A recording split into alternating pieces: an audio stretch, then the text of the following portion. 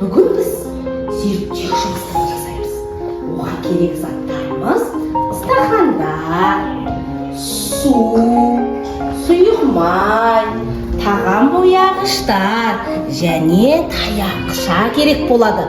Ал оны көпіршіту үшін бізге дәрумен с керек болады. Міне көрдіңдер ме балалар? Енді зерттеу жұмыстарын бастаймыз. Су құйылған көрдіңдер ме? Енді осыған біз мына тағам бояғыштарымызды алып құямыз. Ал құйма.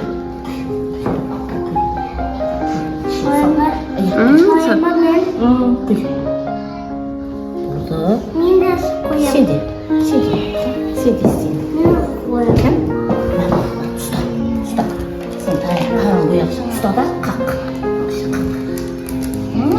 Сөйлейін ба? Иә. Қоямыз.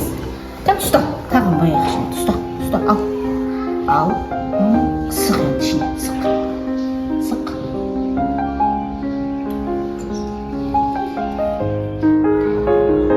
Қоямыз. Қысамыз. Көрдіңдер ма? Енді таяқшаларымызды аламыз, балалар. Таяқшаларды алды.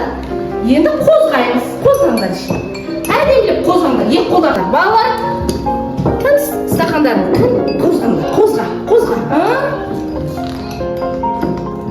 Боялды. Су өзгерді ма? Судың түсі өзгерді ма? Өзгерді ма? Түсі қандай мынаның? Түсі қандай болды? Мынаның қызыл болды. Сен түсің қандай болды? Жасыл болды. Зейнептің түсі қандай болды? Қандай түс болды? Көк болыпты. Кімдікі? Дидардікі қандай болыпты? Қызыл, сары болыпты.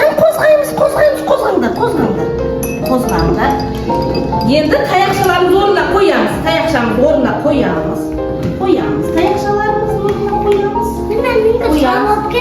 Енді сұйық майымызды аламыз. Да стақанға құямыз. Жай стақанға құямыз.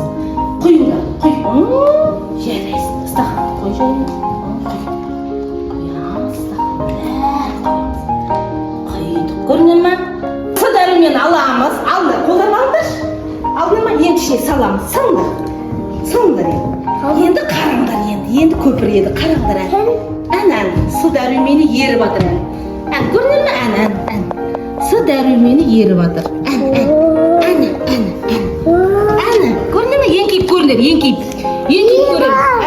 көреміз. Бет еңкейіп көрсеңдер. Еңкейіп көріңдер. Менде сабылып кетті ғой.